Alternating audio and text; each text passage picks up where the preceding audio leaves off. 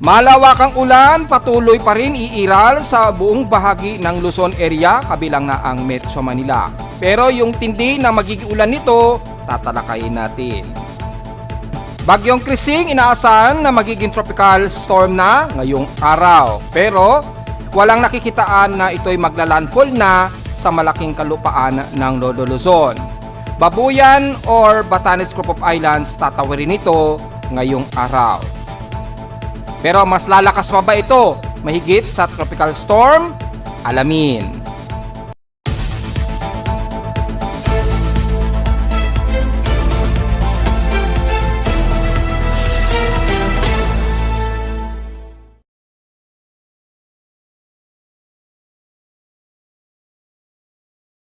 Hello, good morning mga folks. Welcome po muli sa ating daily weather bulletin at analysis para sa araw ng Biyernes, July 18, 2025. Ang oras sa ating boss 5 may maga ay alas 11:17 na o 18 na ng umaga.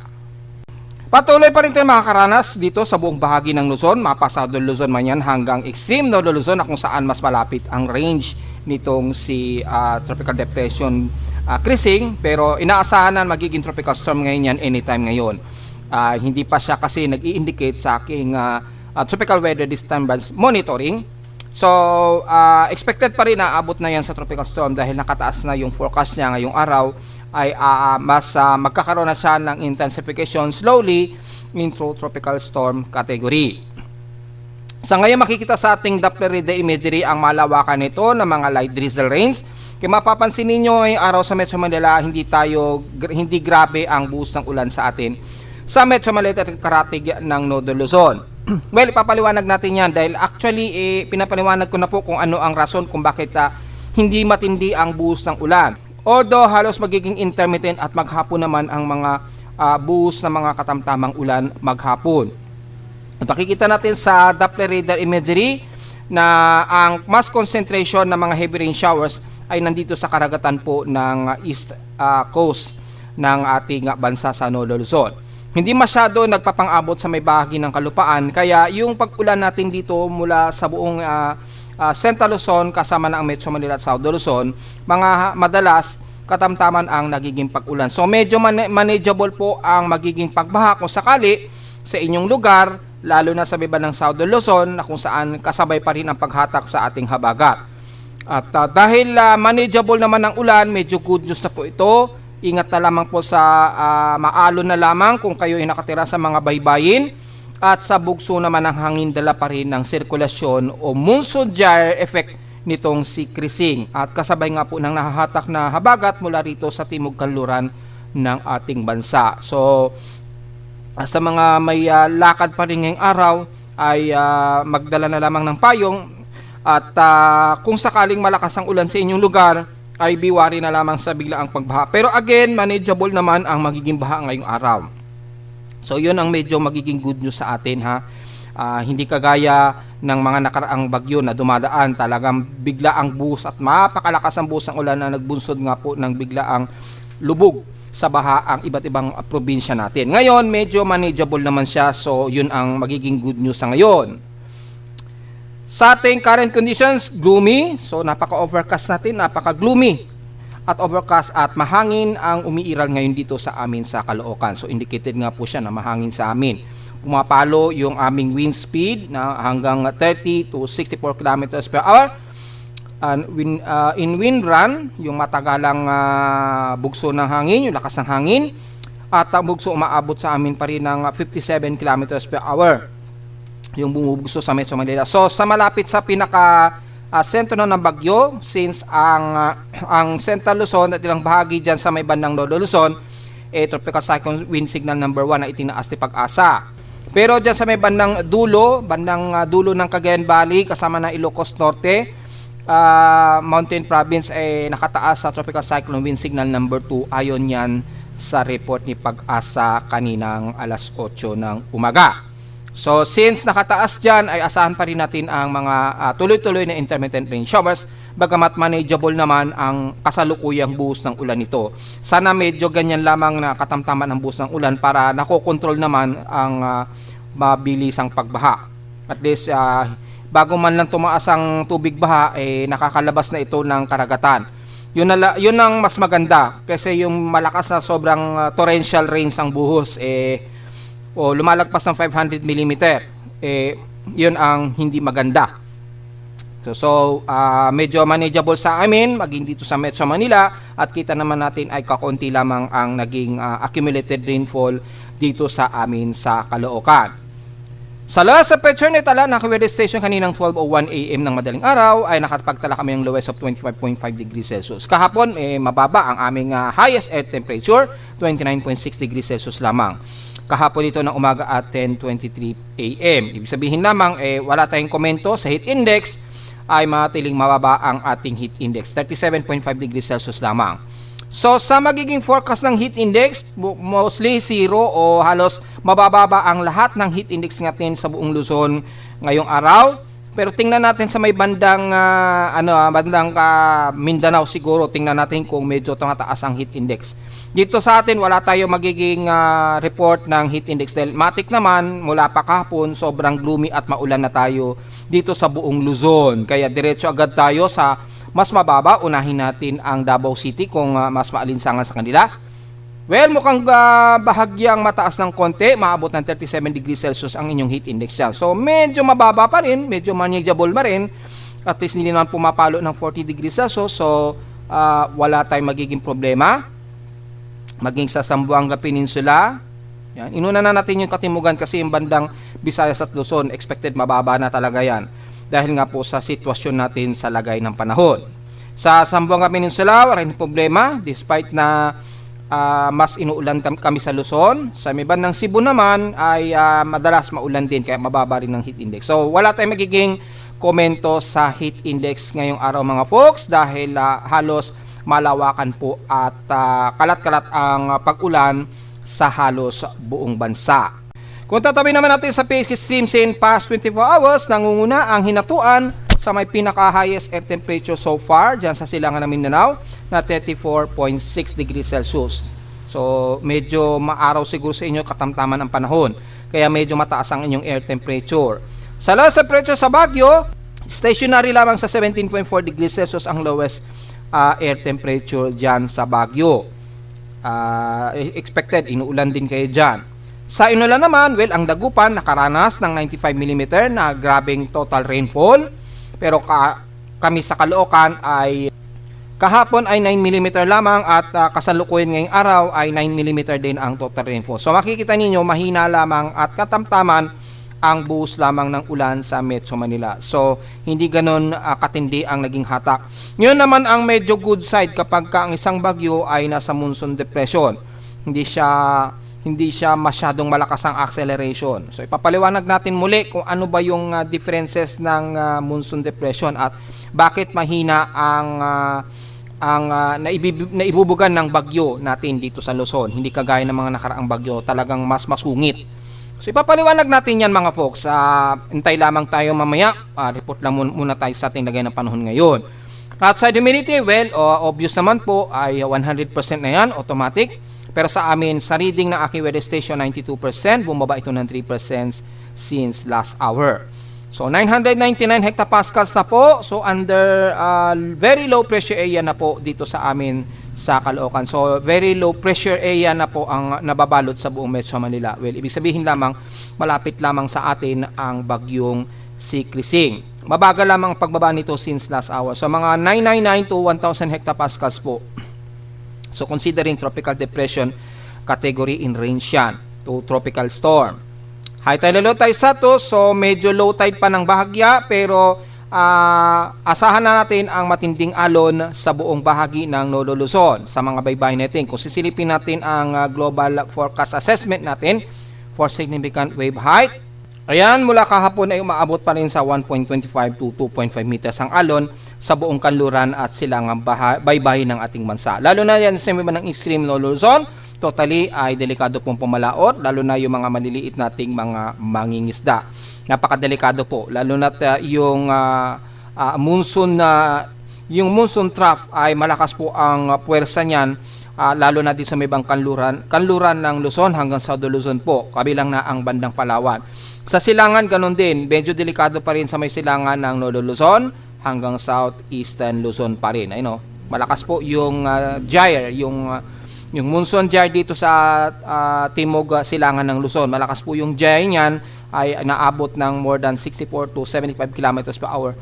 Yung gale force winds yan. Baka umabot pa ng 85 kilometers yung gale force. So, delikado po pumalaot ngayon dahil maaari pa yung pumalo sa mahigit 2.5 meters ang taas ng alon. So, delikado po within 24 to 48 hour period dahil nga po sa presensya nga po ni Bagyong Krising.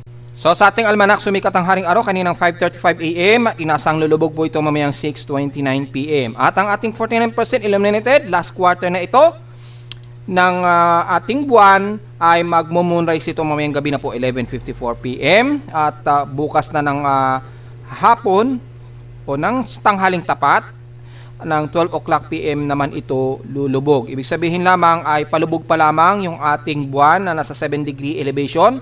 So pamunset pa lamang siya ngayon. At sa ating local weather outlook naman ay ngayong weekend, alam na po natin, very cloudy skies tayo at asahan ang maulan ang maghapon natin. So 100% ang pag-ulan natin hanggang this whole weekend. Matik na po yan. At may mga asahan pa rin mga localized thunderstorms lalo na sa mga baybayin sa ating bansa. So local weather advisory bagamat 3 AM pa rin ito, babasahin na lamang din natin dahil nag-update naman din to. Ang sentro ni Tropical Storm Krising, international name WIPA, ay na-estimated ang layo nito 310 km east-northeast ng Kasiguran, Aurora. Ngayon, kaninang huling report ko is nasa 100 plus kilometer na lamang ang lapit nito sa may bandang Santa Ana, Cagayan. Pero kaninang madaling araw, 310 km ito, east-northeast ng Kasiguran, Aurora pa lang yung location niya, or 345 km east of Siague, Isabela. Ngayon, nasa may bandang Santa Ana, Cagayan na siya. Na may maximum sustained wind na 65 km per hour, malapit sa gitna at bugsong umaabot na 80 km per hour. Yan ay kaninang madaling araw. Ngayon ay nasa around, yung 1 minute average, 56 km per hour lamang. So, under tropical depression category pa rin siya. So mataas po yung 10-minute average measurement ni Pag-asa ngayon. Yan. At kumikilos ito pa northwestward sa bilis na 20 km an hour. So tama naman yung movement speed. Mabilis ang pagkilos niya ngayon.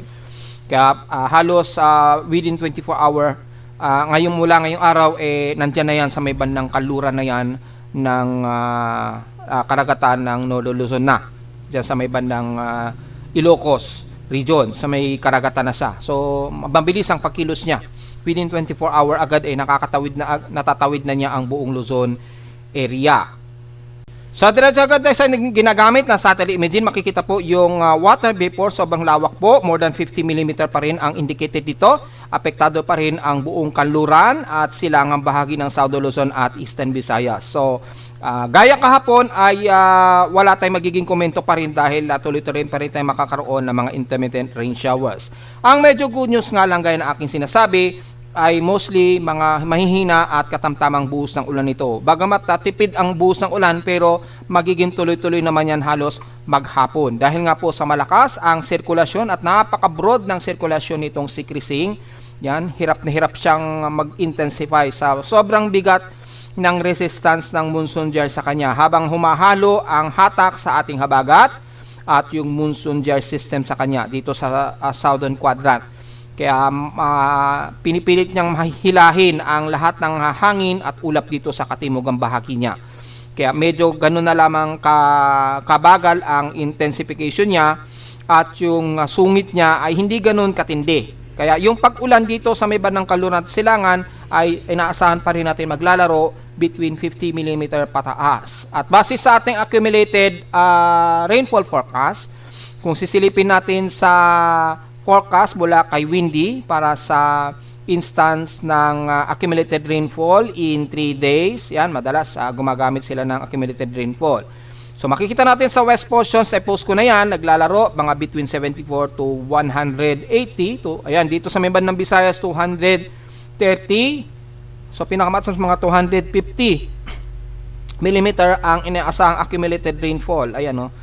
Yan sa west section siya, sa mga western section siya ng ating bansa mula extreme Nodo Luzon hanggang dito nga sa Western Visayas. Ayan, 278 dyan sa may bandang Negros Region at Panay Island.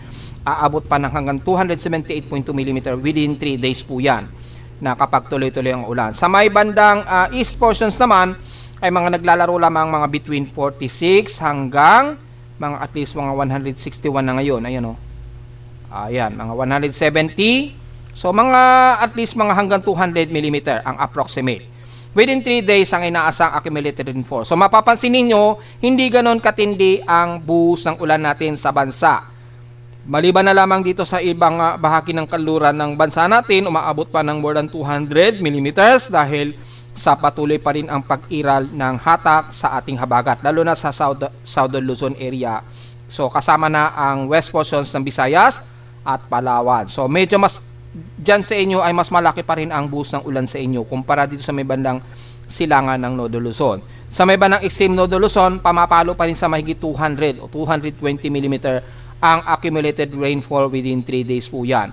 So magiging malakas pa rin ang buhos ng ulan pero at least hindi ganon katindi. Kung i-divide mo yan sa 3 araw, at least mga nasa around 65 mm siguro ang estimated niyan.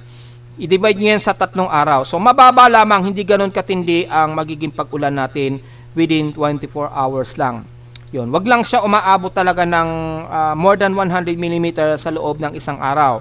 Yun, masyado ng delikado yun. Pero at least ito, manageable naman ang pag-ulan natin. So kung kahit na 250 mm pa yan, yung accumulated, pero kung i-divide mo yan sa 3 araw ay at least hindi naman lumalagpas ng 100 mm ang kada araw na buhos ng ulan. So medyo manageable naman siya, at kung magkaroon man ng pagbaha sa inyo, dahil hindi pa rin biro ang lumalagpas ng 50 mm ang total rainfall, ay at least madali agad humuhupa yung baha. So medyo kontrolado at manageable naman ang magiging pag-ulan natin sa buong bansa. Medyo alisto lamang o medyo ingat na lamang dito sa may bandang Southern Luzon, dahil dito at least medyo malawakan pa rin ang pag-ulan at tumataas pa rin hanggang 238. Pero again, medyo manageable naman ang buhos ng ulan. Importante, hindi lumalagpas ng more than 100 mm o 120 mm ang isang araw ninyo na buhos ng ulan. Yun ang medyo mas maganda. Yun ang medyo good news. So yun lang ang analysis natin ha. Ayan, base na rin sa rain accumulation forecast ng Windy. So tiningnan na natin. Dito sa water vapor, ganun din ang pinapakita. Ayan, malawak ang accumulation, more than 50 mm, pero manageable din ang magiging buhos ng ulan. So yun ang naging side effect kapag merong monsoon depression ang development ng isang tropical cyclone. So mula rito sa bahagi nga po ng Mindanao, uunahin natin ang bandang Mindanao, which is mas conservative ang buhos ng ulan sa kanila. Sa bahagi ng Zamboanga Peninsula, patuloy pa rin kayo makakaranas ng mga moderate and some heavy rain showers mula sa buong Zamboanga Peninsula na yan at sa ilang bahagi nga po ng Osamis Region. Mula dito sa may bandang Lanao del Sur, kabilang na ang bahagi nga po ng buong Maguindanao o Sorsogon area, maulap pa rin kahit asahan ng mga kalat-kat na pag-ulan na may pagkilat at pagkulog. Yan. Dahil nga po sa southwesterlies na nahahatak ng bagyo na nagpapang-abot pa rin dyan. Makulimlim at gloomy pa rin ang umiiral sa bahagi po ng Davao Region. Yan, especially dito sa may bandang Davao del Norte. Inaasahan pa rin ng mga light rain showers ang madalas na iiral, kabilang na ang City of Davao, Davao del Sur, hanggang dito sa may bandang Davao Occidental. Very gloomy pa rin ang iral, so expected pa rin mga isolated rain showers, kabilang na ang hilagang bahagi ng Mindanao mula Cagayan de Oro, Osamis Oriental, Agusan del Norte, at maging sa Surigao Region. So kalat-kalat po magiging pag-ulan ninyo, busod pa rin ng monsoon trough dyan dahil sa nahahatak nitong si Krising na nagpapang-abot. Well, asahan natin na maulan pa rin ang buong kanluran ng Visayas. So matik sa kanluran ng Panay Island, kasama na ang buong Iloilo, buong Negros Region, mapabakulod man yan hanggang Dumaguete. So hindi na natin masyado isa-isahin yan.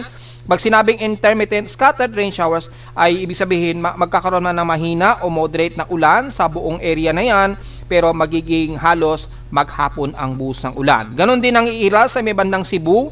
Kalat-kalat din ng pag-ulan, mga ilang light drizzle to sa moderate ang iiral hanggang Bohol. At pagdating sa may bandang Silangan, at least dito medyo nagmo-moderate na ng bahagya. Kung gagamitin natin ang satellite imagery ng Himawari Pag-asa, yan, makikita natin ay at least dito sa may bandang Southern Leyte, ilang bahagi ng Eastern Samar Region, at least medyo nagmo-moderate na. Kaya lang, very gloomy kayo dyan, madalas pa rin ang aasahan ang mga light rain showers to moderate. Pataas na yan ng bandang Northern Samar ha. So magkakaroon kayo ng mga ilang intermittent pa rin, pero mga light drizzle rain ang madalas na iiral sa inyo. Ganon din sa buong bahagi ng South Luzon, mula dyan sa bahagi ng Masbate, Romblon, and the rest ng hanggang Marinduque at the rest ng Bicol Region. Makakaramdam pa rin tayo dyan ng mga ilang moderate to some heavy rain showers sa buong Bicol Region na po yan ha. So hindi na natin isa-isahin. Kitang-kita naman po ay covered po ang buong Bicol Region po. So mapa Camarines Norte man yan o Camarines Sur o Sorsogon area. Pero again, medyo manageable po ang magiging pag-ulan natin. So medyo kontrolado po ang magiging baha just in case sa inyo sa Bicol Region. Sa buong Mimaropa, well, moderate to heavy rain showers din kayo dyan. So nakita na natin sa accumulated rainfall forecast, maglalaro at least mga 60 to 90 mm ang magiging pag-ulan ninyo o yung magiging total rainfall ninyo sa buong Palawan at dyan sa hanggang kanluran ng Mindoro area. So ingat pa rin kung sakaling biglaan ang malakas na buhos ng ulan at kung magbahaman yan, medyo antay-antay nyo lamang na medyo huhupa rin kaagad. So naglalaro o medyo manageable naman ang malakas na buhos ng ulan sa inyo, kabilang nasa may bandang Palawan. And then, and the rest ng Quezon Province o Calabarzon area, kasama na ang buong Metro Manila hanggang Central Luzon. Hanggang dito na yan sa gitna ng Nueva Vizcaya, kasama na ang Benguet at hanggang dito sa may bandang Quirino ay patuloy pa rin tayo makakaranas ng heavy rain potential pa rin. Despite na manageable naman ang buhos ng ulan ha, again, kabilang na ang Metro Manila. So maghapon po magiging intermittent ang pag-ulan, pero madalas mga moderate o katamtaman lang ang mga buhos ng ulan. Medyo parang pitik-pitik lang ang buhos ng ulan natin sa halos buong Luzon talaga. Pero sa mas malapit kung saan ang range nitong si Crising, lalo na sa extreme North Luzon, dahil nakataas nga po ang tropical cyclone wind signal dyan sa buong Cagayan. Yan, kasama na ang buong Ilocos Region, Abra, Kalinga, hanggang dito sa may bandang pagitan ng Mountain Province yan. Yan, medyo nakataas po dyan. Kalinga, yan, Tugigaraw, Ilagan, hanggang bandang Isabela po. Nakataas sa tropical cyclone wind signal number 2 yan. Ayon yan sa datos ni Pag-asa, sa official ni Pag-asa. At mula dyan sa may bandang Mountain Province, Ilocos Sur, pababa ng San Jose, yan, bandang Benguet, Nueva Vizcaya at Aurora Region, nasa tropical cyclone wind signal number 1 naman nakataas dyan kay Pag-asa. So medyo makataas pa rin, pero again manageable ang buhos ng ulan. Pero except dito sa bandang dulo nga po ng Cagayan, dyan makakaranas pa rin kayo ng mga moderate to heavy rain showers. Pero again medyo manageable pa rin dahil at least mababa ang accumulated rainfall dyan base sa forecast. So medyo kontrolado. Ang medyo delikado lamang talaga yung bugso pa rin ng hangin, kasabay pa rin ng drizzle rain o moderate rain na sumasabay po dun sa bugso ng hangin. Lalo na dyan sa mga taga Santa Ana, Cagayan, ingat po sa ating lahat dyan, and the rest ng buong Cagayan Valley. Dahil ang sentro ng Bagyo halos nandyan na sa malapit sa may bandang Santa Ana, Cagayan, na tatawirin nito buong maghapon ang buong Batanes Group of Islands or ng bandang siguro mga bandang Babuyan Islands, tatawirin yan hanggang bandang Kalayan, Cagayan, yung mga isla dyan. So mag-ingat pa rin po sa posible pa rin pagtaas ng tubig baha, bagamat manageable, at least alisto po tayo mga folks, at magiging maulan pa rin ang halos maghapon natin sa buong bahagi ng Northern Luzon, kasama na ang Metro Manila at buong Southern Luzon. So tingnan natin yung status ngayon ni Bagyong Crising. Ayan, as of 11:30 AM na ngayon, under tropical depression pa rin yung kanyang 1-minute average. Bagamat kay Pag-asa, inaasahan ko na nasa tropical storm category na yun kay Pag-asa. Dahil mas accelerated ngayon yung kanilang ATCF. So sundin nyo na lamang yung magiging official na datos si Pag-asa. Kung tinaas na nila yan sa tropical storm, yun na lamang po ang sundin ninyo. Pero dahil sa aking tropical cyclone sector ay under tropical depression pa rin siya as of 11:30 AM. Maximum sustained wind nito 56 km per hour at bugsong umaabot ng 72 km per hour. So kung mapapansin nyo, tropical depression category pa rin siya. Central air pressure napakababa na, 988 hectopascals. At ang kanyang 10-minute average, yung ginagamit natin sa Pilipinas na average wind speed, na 10-minute average, 49 km per hour lamang ito, so under tropical depression. At bugsong umaabot ng 64 km per hour. Napakabilis ng movement nito, panhilagang kanluran, sa bilis na 31 km an hour. So, mas bumilis po yung kanyang kilos ha. At ang layo na niya mula siguro sa bahagi nga ng dito siguro sa may bandang Camiguin o Babuyan Islands ay nasa layo ito na 95 km. Yan, east ng bandang Babuyan Island pa rin dito sa may bandang Camiguin. Yan. Pero pag manggagaling naman sa Santa Ana, Cagayan, kung pagbabasa natin ang Santa Ana, Cagayan, ang pinakadulo siguro ay dito. Yan, yung reference point natin ay nasa around 76 km east-northeast ito ng Santa Ana, Cagayan. So, napakataas na niya. Yan, nandiyan na sa may bandang itaas na. Banda rito na yan. Kikilos na yan pahilagang kaluran dito. Tatawid na yan pa ganyan. Yan. So, yun po yung kasalukuyang lokasyon nitong si Crising. Ayan. Nasa 56 km yung kanyang 1-minute average. Ibig sabihin, tropical depression pa rin yung kategory niya dito. Base sa aking real-time computer-generated tropical cyclone sector. Kaya pag-asa ata at Japan Meteorological Agency, tropical storm na sa kanila yan. So, yun po ha. Sundin pa rin natin yung official natin kipag-asa just in case. Ako, magre-rely pa rin ako sa aking obra na aking tropical cyclone sector. Yan, dito pa rin ako magbabase. Base sa aking tropical cyclone sector. Kasi yun talaga yung lumalabas na wind speed sa kanya. At mula sa tropical cyclone track combination, ayan, dalawa na po yung may tropical cyclone track tayo na lumitaw. Yan, ito yung kay Japan Meteorological Agency. Kung titingnan natin sa forecast track ng Japan Meteorological Agency, dyan din ang daan niya. Yan, ang daan din niya dito rin sa may bandang Babuyan Islands ang tawid niya. Sa loob ng 24 oras. Ayan o, kung makikita niyo, tropical storm na po yung naka-indicate dito. So malamang ngayon ay tropical storm na talaga yung category nitong si Crising. Yan. Tropical storm na yan. At inasahan sa loob ng 24 oras hanggang bukas po yun ng umaga ay inaasahan na natin nasa tropical storm category pa rin ito. Hanggang bukas ng umaga bago ito umexit ng Philippine Area of Responsibility. Ayun o, tropical storm category at 72 km per hour at bugsong 108 km per hour yung extension forecast niya. Yan. Ngayong araw, kasabay nung eksaktong location ni Crising, nasa 64.8 km per hour ito. So, tropical storm category na yan at 90 km per hour naman yung bugso niya. So, dito, makikita na natin ay tropical storm category na siya. Pero sa real time natin, nasa 55 km per hour pa lamang siya. Kaya, under tropical depression pa rin siya sa aking tropical cyclone sector. So, maliwanag sa inyo yan mga folks ha. So, kung titingnan natin yung combination, yung accuracy ng forecast track nito, kung sisilipin natin, halos dikit ang forecast ni Pag-asa at Japan Meteorological Agency na dyan din talaga ang magiging daan ng bagyo. So, wala tayong nakikitaan sa ngayon na ito ay magkakaroon ng landfall sa malaking kalupaan ng Cagayan region. Especially sa may bandang Santa Ana, Cagayan. Yung ina-expect natin na magla-landfall. Ayan o. Halos dikit na siya sa may bandang Santa Ana, Cagayan. So, not totally pa na 100% na magla-landfall ito. At kung titingnan natin yung mean track, yung pagitan ng dalawa ni Pag-asa at Japan Meteorological Agency, nandito yan. Ayan. Kinukuha natin yung mean track. Yan. Pagdating sa mean track, makikita natin ay malayo na tatama ito sa may bandang Santa Ana, Cagayan. Kung kukunin natin yung pinaka-mean track nila. So, kung i-activate natin yung satellite imagery, yan, in satellite mode, makikita natin yung pinaka-sentro ng eye wall ni Crising.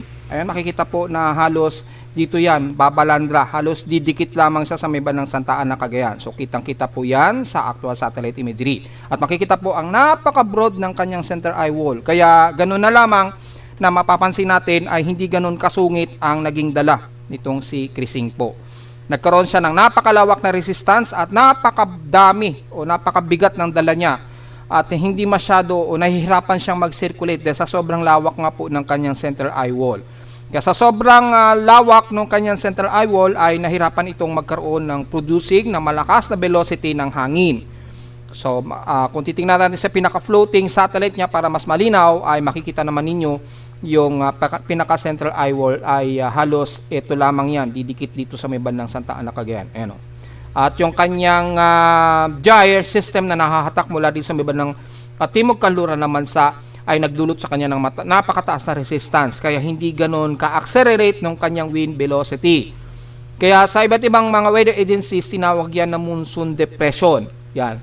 Ngayon, since papasok na siya sa tropical storm category, anytime ngayon, ay yung pagiging monsoon depression niya, nag-45 niya. Ibig sabihin, unti-unti nang lumiliit yung pinaka-central eye wall niya. Siguro, pag exit niya ng PAR, mas makipot na o mas maliit ng kanyang central eye wall. Kaya dito, posible na siyang mas mag-re-enhance siya o mas lumakas pa lalo. Kaya posible pa rin siyang umabot sa severe tropical storm sa loob ng 24 oras sa 48-hour period. So, baka mga Sabado na yan ng gabi, bukas, ay posible na itong umabot pa ng severe tropical storm pag exit ng Philippine Area of Responsibility. Bukas na po yan ng bandang hapon o gabi pag umexit ito ng PAR bukas. So malinaw po yan mga folks at makikita po natin dito sa ating analysis at pinapakita ko sa inyo yung pinaka-representation. Itong outer line na yan ay indicated of tropical cyclone wind signal number 1 base sa aking tropical cyclone sector. Sakop ang buong dulo ng Cagayan Valley hanggang bandang Tugigaraw po, yung tropical cyclone wind signal number 1. Pero kung pagbabasehan yung lawak ng monsoon gyre, abot yan sa hanggang bandang Ilocos Norte, Bigan, hanggang dyan sa may bandang Tabo, Kalinga, hanggang Isabela, yung pinaka-outer wall niyan. Kaya ganun na lamang itinaas ni Pag-asa sa tropical cyclone wind signal number 2 naman sa kanya. Dito sa amin, tropical cyclone wind signal number 1 pa rin. Kasi nga po, base sa aking real time ay hindi pa siya umaabot sa tropical storm category. Under tropical depression pa lamang siya. Kaya yung outer range niya within 64 km range ay tropical cyclone wind signal number 1 pa rin siya. So yun po ang kasalukuyang intensity ng classification ng tropical cyclone warning base sa aking tropical cyclone sector. At mararamdaman naman ninyo yan sa extreme no Luzon kung ganun ba kalakas o hindi ang magiging impact nitong si Krising dyan sa lugar ninyo sa dulo ng Cagayan Valley. Yan. Tapos tropical cyclone wind signal number na sa may bandang Ilocos Sur na pababa hanggang Central Luzon area. So, yun po yung pinaka-analysis natin at makikita rin natin sa ating Spaketeos models o tropical cyclone intensity forecast. Makikita natin ay ngayong araw ay expected tropical storm category ang aabutin niya. Yan. Pero dito, wala sa ngayon na nakikitaan ang ito ay aabot pa ng severe tropical storm hanggang sa loob ng 3 araw daw. So base dito, hindi nakikitaan na aabot daw siya ng severe tropical storm. Pero sa mga forecast naman ni Pag-asa at Japan Meteorological Agency, posible pa itong umabot ng severe tropical storm. Pero kung titingnan natin kay Japan Meteorological Agency, yan yung forecast niya, yan, i-separate natin. Makikita niyo hanggang sa umexit ito ng PAR bukas, manatili daw itong tropical storm lamang. So, malakas ang confidence ng ating tropical cyclone intensity forecast na hindi ito aabot sa severe tropical storm. Base rito ha. Pero sa forecast kasi ng Pag-asa ay aabot pa rin daw ito sa severe tropical storm. Yan, sa severe tropical storm category. Yan. Paglabas nito ng Philippine Area of Responsibility bukas ng either ng hapon o bandang gabi na. Yan, yun yung forecast kay Pag-asa. So, yung combine nilang dalawa ay 50-50 pa rin yung forecast na posibleng umabot ito ng severe tropical storm versus kay Japan Meteorological Agency na tropical storm ang forecast. So, yun ang kaibahan. So, maliit pa rin ang posibilidad na umabot sa ganun ha. So, antay-antay pa rin tayo within 24 to 48 hour period kung magbabago pa yung forecast na yan. Dahil hindi pa magkatugma yung forecast ni Pag-asa at Japan Meteorological Agency. Kay Joint Typhoon Weather Center na natiling shallow pa lang or mahina pa lang na bagyo ang indicated kay Joint Typhoon Weather Center. Kaya ito pa lamang yung kanyang cone of uncertainty. Napakalawak. Kasi mga po, napaka-broad ng kanyang circulation kung titingnan ninyo sa satellite imagery. Napaka-broad. At hindi ganon ka-intensified ang sirkulasyon niya. Kaya kay Joint Typhoon Weather Center, kung titingnan ninyo, ay nanatili pa rin itong tropical depression category o hindi pa din talaga siya 45. Hindi kagaya kay Japan Meteorological Agency ay nasa tropical storm category na, at kay Pag-asa na nasa tropical storm category na rin siya. Ayan o, tropical storm na rin siya. Ayan o. O, di ba? Naka-tropical storm. So, namomonitor natin lahat-lahat yung kanilang galaw at forecast. So, yun po ang pinakaano natin. Hindi pa magkakatugma yung mga forecast ng tatlong agencies na ito. Hindi pa sila synchronized. Kaya, yung pag-abot niya ng severe tropical storm ay 50-50 pa po ito. Hindi pa ruled out na aabot ito ng severe tropical storm. Kasi posible pa rin siyang mag-rapid intensification siguro bago lumabas ng Philippine Area of Responsibility bukas, ay baka posibleng mag-re-enhance ito at posibleng umabot pa sa severe tropical storm. Pero sa ngayon, ang kasalukuyang forecast kasi na ating tropical cyclone intensity ay nakikita dito ay walang nakikitaan na aabot ito sa severe tropical storm within 3 days. Ayan o. Hanggang tropical storm category lamang at pinaka-highest nga po niya 79.7 km per hour. So, hindi siya aabot ng severe tropical storm according dito sa ating tropical cyclone intensity forecast po. So, sa loob ng 2 hanggang 3 araw. So, yun lamang ang masasabi natin. So, tingnan natin ang pagbabago within 24 hours kung susunod itong si Pag-asa na ibababa niya sa category ng forecast na maging tropical storm category na lamang hanggang bukas ito'y umiksit ng ating Philippine Area of Responsibility. So, malinaw po yan mga folks ha. At least hindi tayo malilito para kung magbago man bigla yung forecast si Pag-asa, meron na tayong dahilan kung bakit. Posibleng sinunod niya si Japan Meteorological Agency yung forecast niya. Kasi kay JMA hanggang sa umexit ito bukas, tropical storm lamang yung indicated forecast ni JMA. Hindi nasa 82 km per hour yung pinaka-highest peak ng lakas ng hangin niya hanggang sa maka-exit ito ng PAR bukas po yan ng hapon o gabi. So, yun po. Malamang ganyan din ang susundin ni Pag-asa. Panigurado tayo niyan. So, maliit ang tsansa na ito ay mag-severe tropical storm pa sa loob ng 24 oras ngayong araw ha. So, yun po ang ating analysis. So, kung sisilipin naman natin ang gamit ng ating Tropical Cyclone Assessment Monitoring mula sa mga computer models ng GFS, makikita po meron na namang nakikitaan na may pagsunod na bagong low pressure area dito sa member ng Timog Silangan ng Guam or Northern Mariana Islands. Magde-develop ito by, kung ipopost natin, ipipost natin yung development niya. Ayan, dito na lang.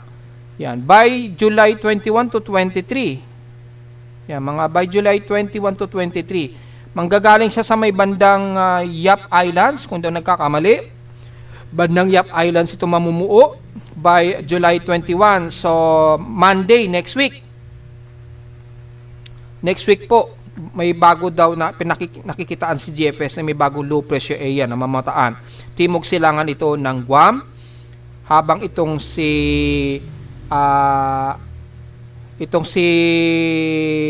Grising, ayan, umi-exit ng PAR. Actually, meron pang isa, susunod kay Grising, katabi lang niya.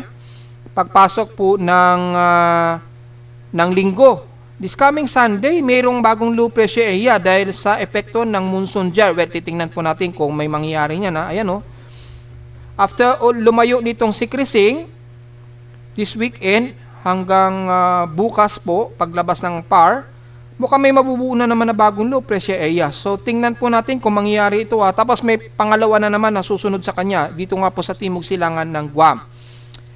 So, very unpredictable ngayon yung development ng low pressure area. Well, titingnan po natin kung magtutugma yan dahil kung titingnan natin kay ECMWF po, pagka-exit bukas ni Grising, malawak lamang ang magiging epekto ng pag-ulan dito at malawak ang sepestra pa rin.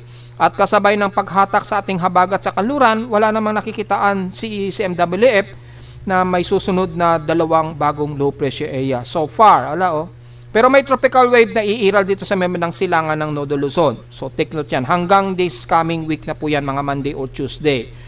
Kay NAPGEM naman, pagka-exit din ni Grising, yan, pag-exit niya bukas, malawak po kasi yung magiging tropical wave dito sa Silangan ng Nodo Luzon. Epekto kasi ng monsoon jar ni Grising, pagka-exit, maiiwan yung remnants kaya manatiling mababa yung atmospheric pressure. Nagkaroon siya ng mababang atmospheric pressure. Kaya siguro ipinakita ni GFS dito na nagkaroon ng bagong low pressure area bandang Lunes. So kung ifo-forward natin yan, ayan, magkakaroon siya ng tropical wave, magbubunsod niya ng malawakang ulan sa may bandang Saudo Luzon hanggang Luzon, kasama ang Metro Manila. So mga Lunes yan, o mga Lunes o Martes. Siguro mga Lunes po. Yan, mga Lunes. Kung hindi man Linggo.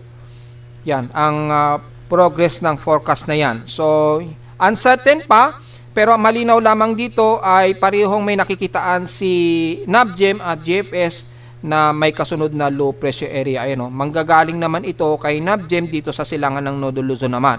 Kasabay ng remnants o yung monsoon trough ni Krising. Yun nga po, Linggo o Lunes, magkakaalaman po kung meron talaga. Titingnan po natin. Sa ngayon ay alanganin pa po yung magiging forecast at sa yung kay SMWF kasi wala tayong nakikitaan na susunod sa kanya. Pero kung titingnan natin ang global spectral model dito, which is kung kahapon meron tayong nakikitaan nga po dito sa may bandang timog kanluran ng Mariana Islands or ng Guam. Ayan, medyo mayroong nagkakaroon ng Coriolis circulation dito sa may bandang silangan ng Mindanao. Pero kalaunan ay nawawala-wala, so alanganin pa o unruled. Hindi pa niruled out yung possibility of tropical wave dito. Yan. Sa tropical cyclone, sa mean sea level pressure, wala naman tayong nakikitaan ng pagbaba ng atmospheric pressure hanggang Lunes. So, medyo negative pa rin tayo base na rin dito sa tropical global spectral model na may susunod kay Krising. Pero babantay natin maigi. Dahil sa tropical cyclone strike probability, medyo may anomaly rito na nabubuo within 72-hour period. Mababa pa nga lang siya, 5 to 10% chance. Yan, yung tropical wave na yan. Pero in 96-hour period ay by Monday, medyo merong nabubuong panibagong tropical wave na naman dito. Kaso nasa silangang bahagi na o northeastern part na ng Luzon ito. Magkakaroon ng mataas na tropical cyclone strike probability 50 to 60%.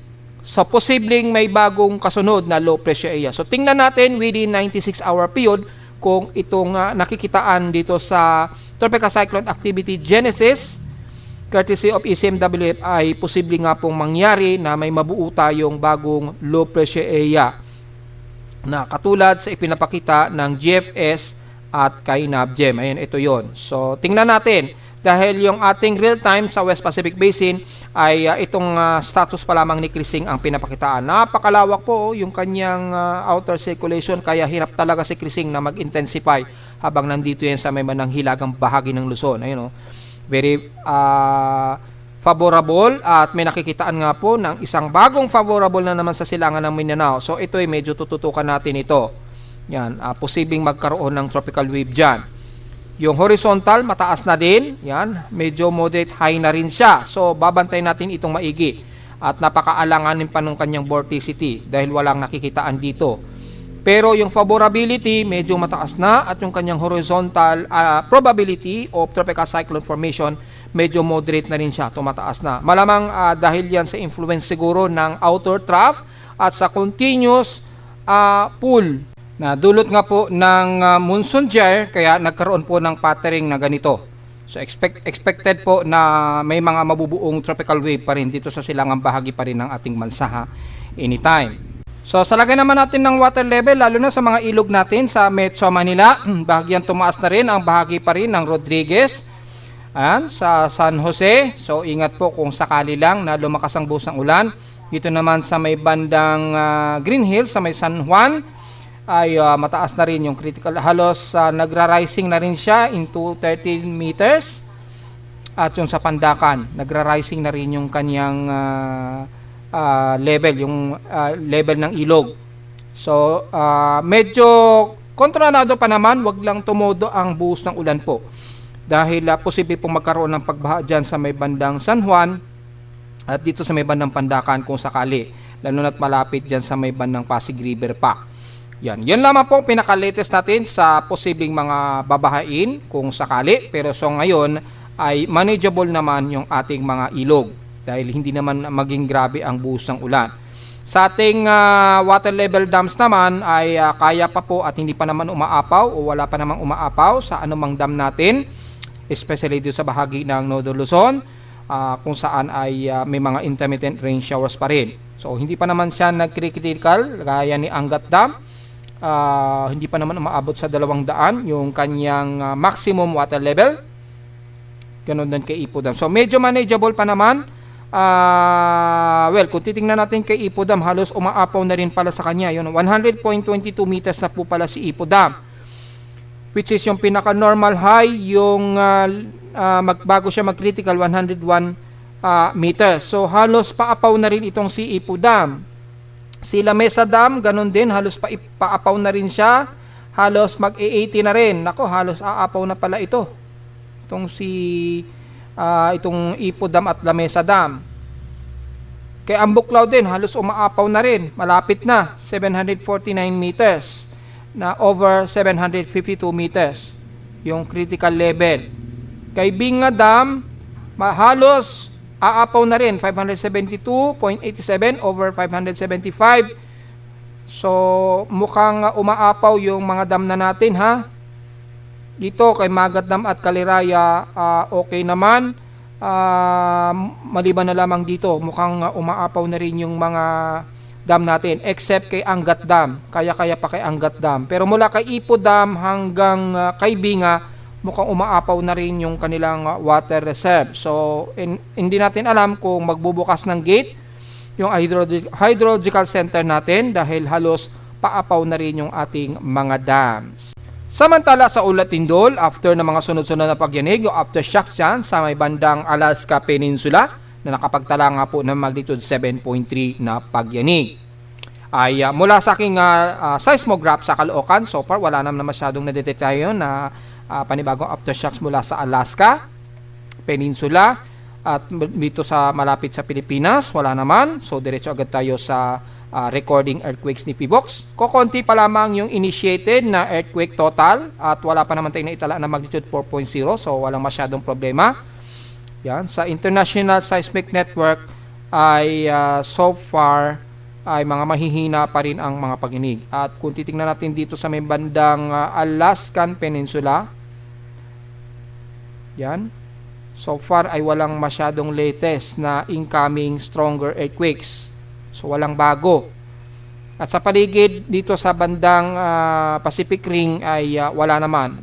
Dito lamang palagi dyan sa may bandang Sumatra, Indonesia at dito din sa may bandang South o Sumba, Indonesian Peninsula ang medyo may mga malakas-lakas sa pagyanig. Pero sa bandang Pilipinas wala naman masyado, so walang masyadong komento.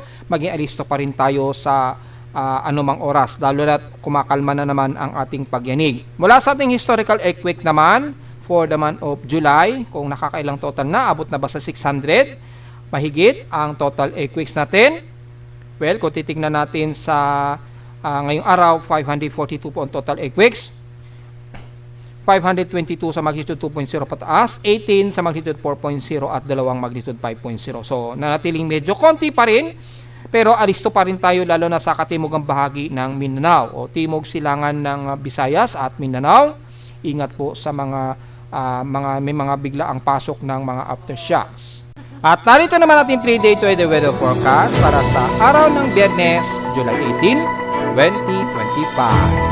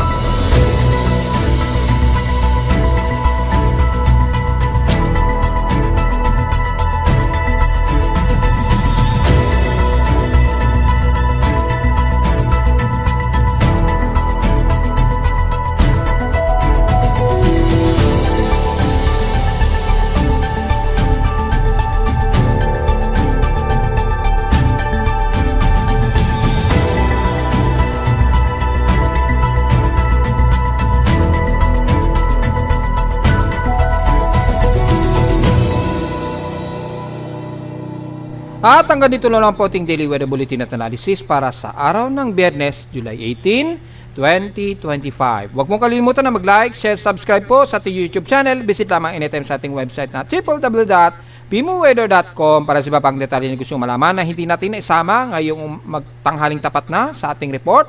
Well, asahan lang man natin na maghapon na magkakaroon tayo mga intermittent at gloomy na panahon sa Metro Manila at ilang bahagi ng Luzon area. At visit naman sa ating website sa gusto malaman ang pinaka-dynamic events mula sa aking reading ng aking aparato sa Caloocan at sa data feeds mula sa iba't ibang weather agencies. Maraming salamat po mga folks. Mag-iingat po tayong lahat lalo na sa hilagang bahagi ng Luzon at happy weekend po sa ating lahat.